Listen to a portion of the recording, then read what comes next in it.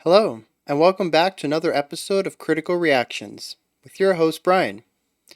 We're going to do a special selection today, and that one comes at us from Max Curry. Special selection, the band Menomena. That's easy. The song, that's the hard part. I'm going with TAOS. TAOS. I don't know, it's all capitalized. Do I say them individually?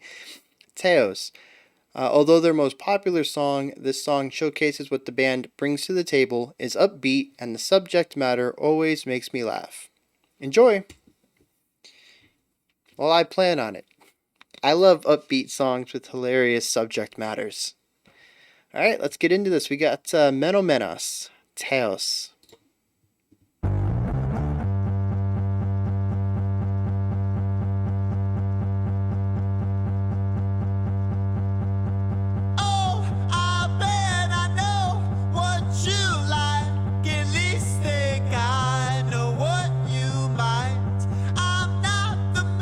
Interesting that we started with that note, but then just never brought that back, just went straight for the constant drone.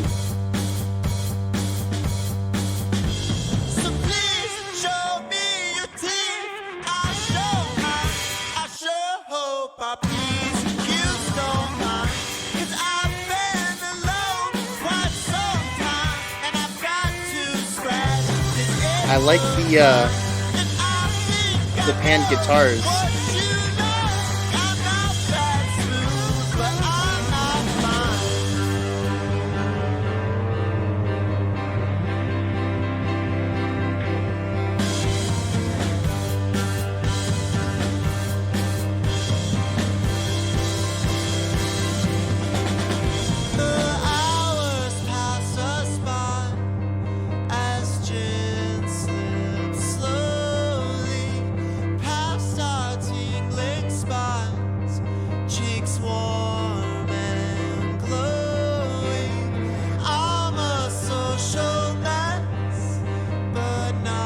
A lot of tension right here. I wonder if we're going to build back up to where we were.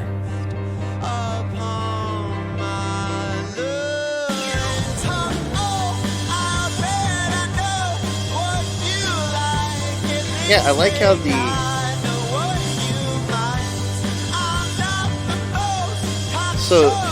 piano and the guitars are both providing the melodic element.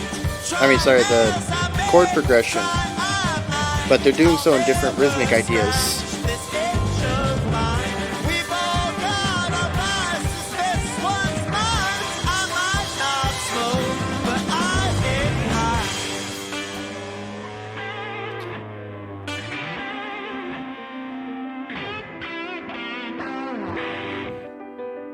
Dude, the production on this is just insane.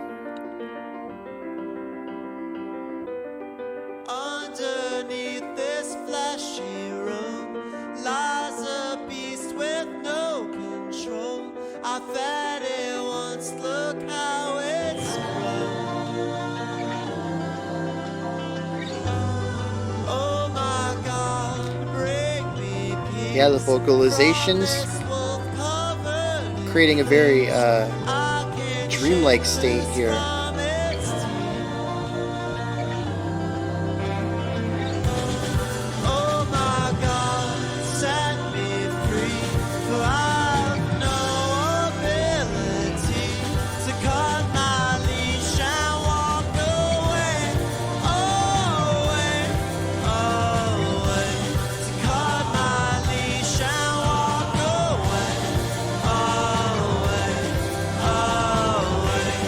Car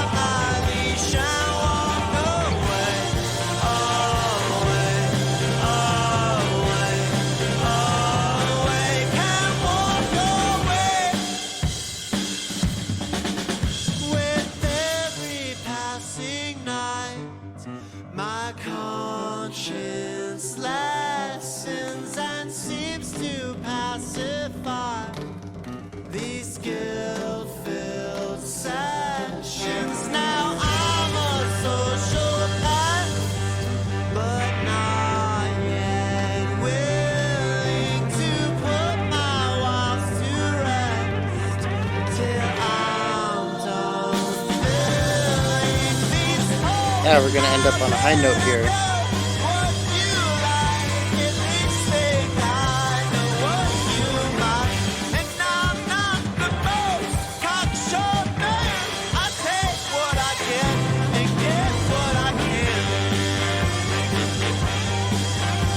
Yeah, we got a sax in there. Ooh, sounds so good.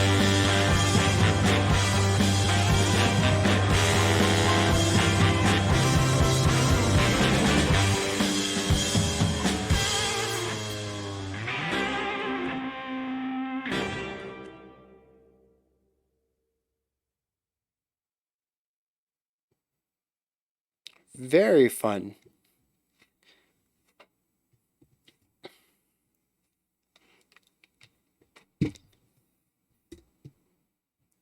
All right. Where do we start? I think production is probably the best place we should start. Uh, I don't.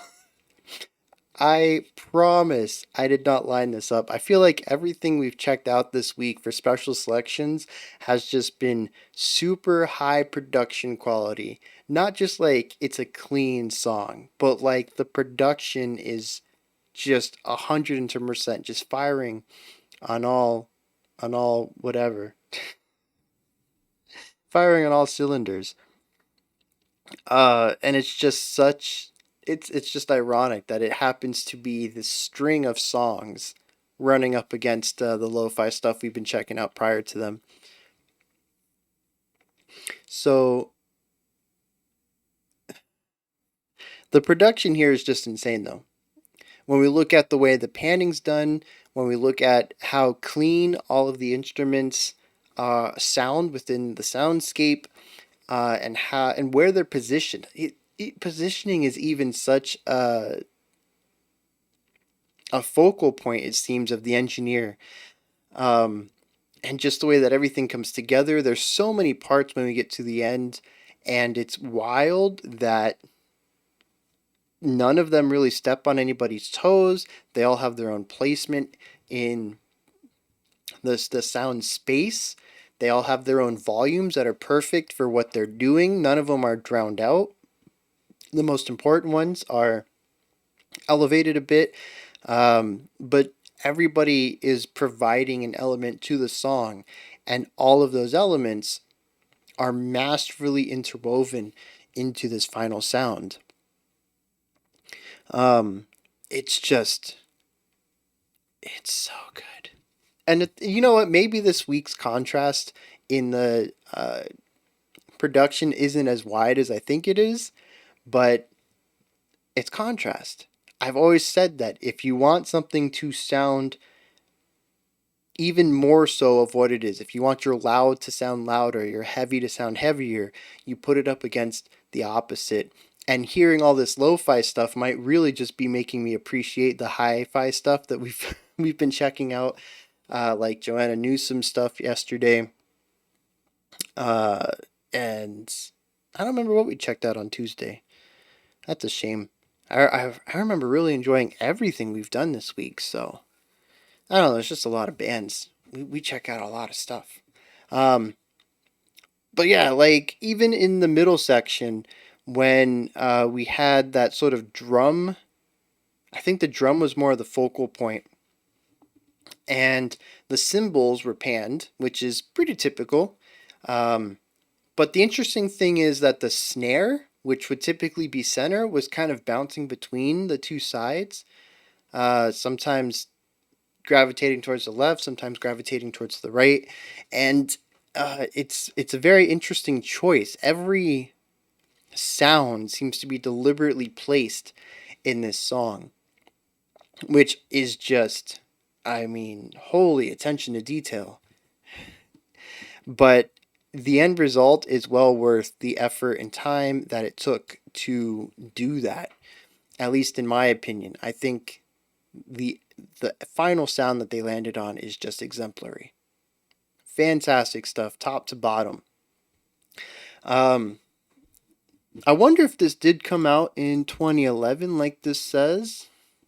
I mean, this was the day that the video was uploaded to YouTube. I asked that because the video, I mean, the music feels very 70s, kind of has like a what would you call it? A hippie rock vibe. Um, it it's one of those timeless songs that I've mentioned where we have aspects from different eras of music. The music itself, the sound of it, the tone of it, the instruments being used feels very 70s to me, but the production is very modern. And there's also some musical ideas that kind of bridge the gap between the two. So it really feels like it could be from either era of music. And I've mentioned in the past, I really like that. It's a really cool way to uh, experiment with music. And it's an experimentation of presentation. How does the song sound like? What era does it feel like it came from? And really experimenting with that idea and merging two eras from 40 years apart and making a song that feels like it could kind of fit in either, whether it's a modern song looking back or an older song that was ahead of its time. It's I get I get a kick out of hearing stuff like that. It's an interesting type of experimentation that I don't feel like I hear too often. Um, and I think a lot of that comes down to the drum rhythms and the guitar tone. I think those are the two elements that really feel the most 70s esque to me. But I don't know. It could just be an overall vibe as well. But like I said, I really enjoy that experimentation. And now that I think about it, about this idea of like feeling like it's from the 70s, I'm kind of pairing that with the production as well. I've mentioned in the past that the 70s to me is an era of experimentation with production, primarily because we are starting to see new ways to create music. If you go back and listen to any of the 70s prog rock songs that we've checked out in the past, I always bring this up. There's always some really interesting ideas happening in the production, especially with the way things are mixed. And panning seemed to be very big at the time, and also sound effects or pedals or however they were created back then on guitar tones and keyboard tones and stuff like that. It was a huge time for experimentation. But the thing that stands out to me the most is panning. I feel like every 70s song that we check out, or anything from that era, could be like late 60s as well. But anything from that, golden age of prog rock, I feel like panning is something that shows up in a lot of those songs. And sometimes the panning is done in ways that I find a bit grating, but I always tend to appreciate the feeling though that they're trying new things. They don't always stick, but they were trying new things with production and technology. And that excessive use of panning, it just clicked with me, happens here. I was talking about how the drums, they're like in one ear at one moment, left ear the next moment. But even if we go back to the beginning of the song, I think it might have been the first verse, where you have a call and response in the guitars, and they're in two different ears. Um, when you listen to the piano and the guitar bit somewhere in the beginning, maybe the first 2 minutes or something like that. And I mentioned that they were doing the same thing. They were both creating the chords, but the guitar was like playing single notes per chord, and the keyboard was doing these eighth note chords. And I mentioned how they were both doing the same role, but doing it rhythmically different. They're panned differently. Everything in the song seems to be separated by panning. There's very few things I would say that are directly center. Some of them are usually just a hair to the left, hair to the right, and there's a lot of playfulness between even a single instrument moving across between the two sides of the speakers or the headphones. And yeah, yeah, that could be something that plays into that 70s feeling for me. The production feels modern in the sense that it's clean. and every instrument has its distinct space in the soundscape, but there's still these little nods or homages to the way that 70s prog stuff sounded, at least my limited exposure to 70s prog stuff. I'm not saying every band or every group or every producer from the 70s, regardless of genre, was playing around with technology at the time in this way, but I do associate this overuse of panning with 70s prog bands. There is a really interesting song structure going on here in that it's a constant move between quiet and withheld and explosive energy. And the song, I don't want to seem like I figured this one out on my own. It's right here in the song description. It's about somebody who is battling with their alter ego, trying to figure out who they really are. And of course, we saw it in the music video. The guy's this scrawny dude, but when he looks in the mirror, he's this real buff wrestler. And in the entire wrestling montage at the end, which is more about his perception of himself, of course, he's the actor who's buff. So it's this coming to terms with an alter ego having two sides of the same coin kind of thing, and I like how the music bounces back and forth between these two ideas. We have these moments of solitude, which are typically isolated by a recurring motif or a recurring idea, I suppose, is more accurate. In the beginning of the song, we started with the drone, the single note for felt like 30 seconds at least. And I do want to point this out real quick. I'm thinking about it. We started with a falling. It was either like one note and then the drone, or like two notes and then the drone. But it was this idea of falling into this drone, and I didn't really know where that was going because we stayed on the drone forever and we never revisited that falling idea again. But it's still up there in my brain. I'll be thinking about it. It's an interesting way to start a song. It feels like a pickup note, which should be beat four of the pattern, but it isn't beat four of the pattern. It's a unique pickup. And yeah, that's just it sets up an interesting expectation because it defies the standard. Normally, if you do a pickup note for a riff or a repeated passage, your pickup is going to be the end of the passage. You're going to hear that pickup again, but it's going to be in a new context of also ending one idea while, simultaneously beginning the next. And here it just didn't happen, and it's a weird feeling to have that expectation and then not deliver on it. And it put me in a weird mindset for the beginning of the song. I feel like I missed some stuff there in the intro because I was trying to figure out where the beginning of the pattern was, when really what I thought was the beginning or a signifier of the repetition wasn't. I was feeling very lost there at the beginning and probably listening to the wrong things. I should probably go back and give it another listen to. But we have that opening drone, and then we have in the middle. I don't quite remember what was going on in the music video, but we had shifted down to pretty much just a piano.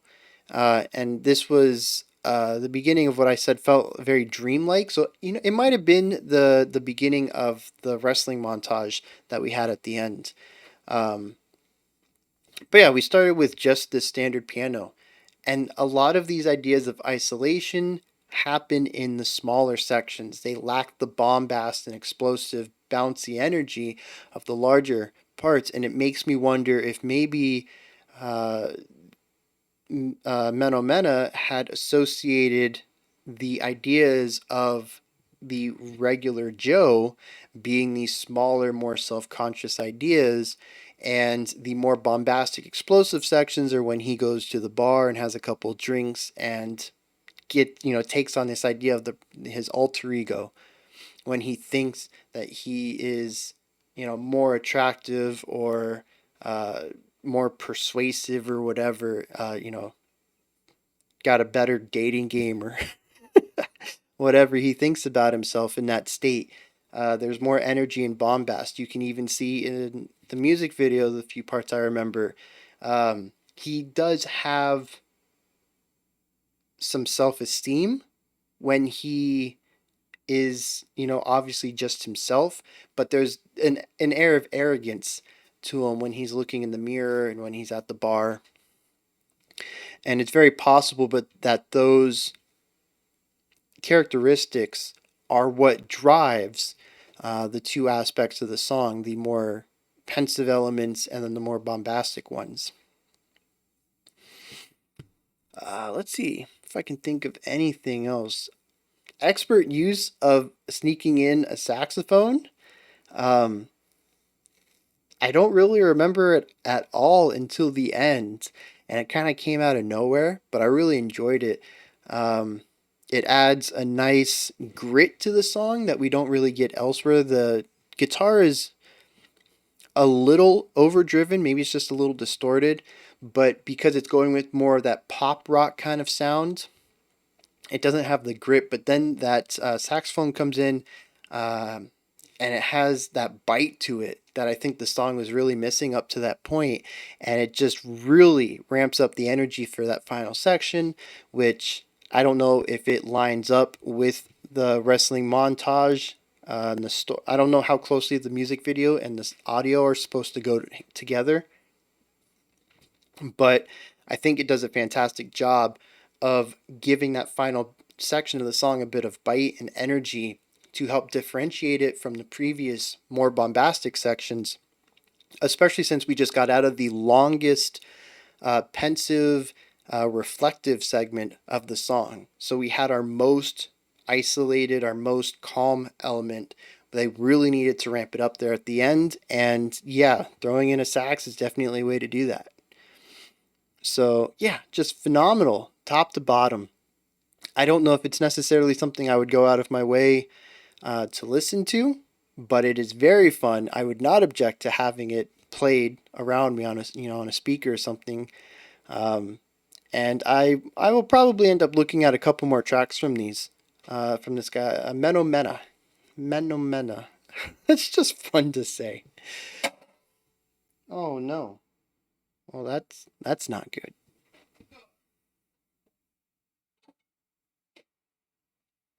My ukulele fell over. It's better now. No harm, no foul. Yeah, so really fun group. I definitely want to check out more from them, but it's nothing that I feel like I need to go out of my way to purchase just based off of this, but I would not mind checking out an album and seeing what else they do. And it's mostly just because, I don't know. It's fun, it's bouncy, great production, excellent use of layers. I don't know why it bounced off. Maybe it is just that 70s kind of feeling to it. I don't know. I wish I could say I really enjoy that. But it's usually the more musical aspects that I enjoy that came out of that era rather than the sound of it. I don't know. Still something that I think I'd be interested in hearing a little bit more of, forming a better understanding of their works. Regardless, though, that's where you guys come in, though. Hit me up in the comments. Let me know if you enjoyed this or not. Anything that stuck out to you. Let me know if you kind of get that same 70s vibe that I'm getting, that kind of hippie rock kind of style. Like I said, I'm not. I listed a couple of the things that I kind of felt brought me in that era, but maybe you guys don't hear it. I don't know. When you're done commenting, head up to the description box. There's a link in there for Linktree, which is a super nifty resource. It's a nice menu with everything related to the channel, whether you want to check out the Discord server, support me through Patreon, follow me on Twitter, submit a special selection, whatever. All those links are in there and more. Above that, if you could, like, subscribe, and ring the bell. I'll be back tomorrow. Yeah, we only got one more day. Be back tomorrow. We'll be doing the last lo-fi song, and then we're gonna look at a band who's emailed me and wants me to check out some of their work. All right, until next time, remember to be critical but not cynical of the music you listen to, and have a fantastic morning, afternoon, or evening whenever you choose to watch my videos.